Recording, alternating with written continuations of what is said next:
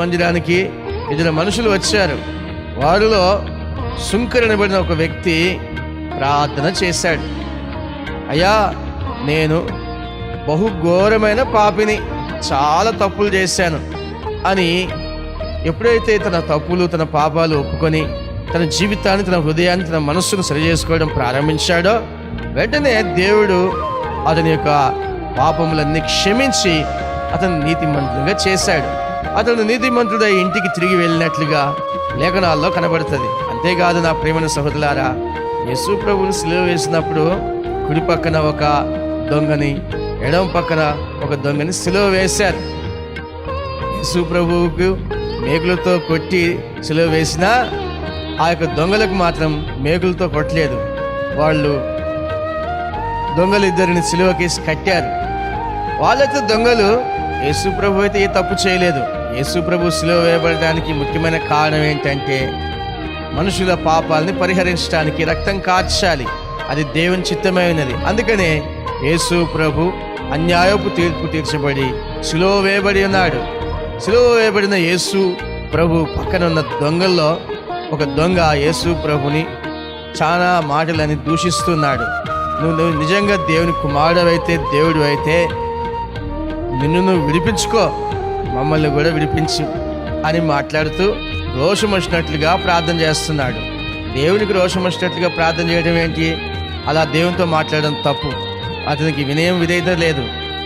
అతను దొంగ అయ్యి దుష్టత్వం ఇంకా విడిచిపెట్టలేదు. అతను ఆ దొంగతనం చేసినందుకు అతను సిలువలో శిక్ష అనుభవిస్తున్నాడు. శిక్ష అనుభవిస్తున్నప్పుడు కూడా అతనికి మారు మనసు రాలేదు.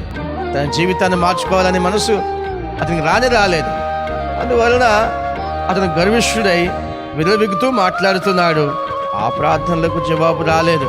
అయితే ఇంకొక దొంగ తను చేసిన తప్పుల విషయంలో, తను చేసిన దొంగతనాల విషయంలో పశ్చాత్తాప్తుడై కన్నీరు గారుస్తూ, అయ్యా, మేం చేసిన దానికి శిక్ష అనుభవిస్తున్నాం, మీరు మాత్రం పరిశుద్ధులు, అయితే ఒకసారి నన్ను జ్ఞాపకం చేసుకుని ఆయన అని ప్రార్థన చేస్తూ ఉన్నప్పుడు వెంటనే యేసు ప్రభు ఆ దొంగ ప్రార్థన ఆలకించి అతని మీదున్న దుష్టత్వం అంతా తొలగించాడు. అతన్ని నీతిమంతునిగా మార్చివేశాడు. అతన్ని దేవుని రాజ్యానికి వారసునిగా చేశాడు. నా ప్రియమైన సహోదరి సహోదరులారా, రోమీయులకు రాసిన పత్రిక 4వ అధ్యాయం 13వ వాక్యంలో చూసినట్లయితే అతడు లోకమునకు వారసుడగునను వాగ్దానము అబ్రహాముకైనను అతని సంతానముకైనను ధర్మశాస్త్ర మూలంగా కలగలేదు, కానీ విశ్వాస మూలమైన నీతి మూలంగానే కలిగెను.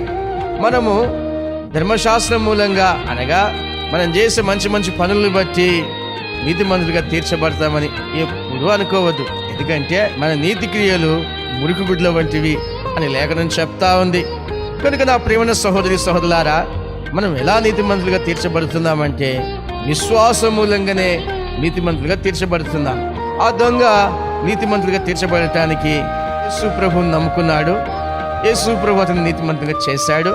రోమీయులకు రాసిన పత్రిక 5వ అధ్యాయం 1వ వాక్యం రాయబడిన మాట, కాబట్టి విశ్వాస మూలమున మనము నీతిమంతులుగా తీర్చబడి మన ప్రభు అయిన యేసుక్రీస్తు ద్వారా దేవునితో సమాధానము కలిగి ఉందుము.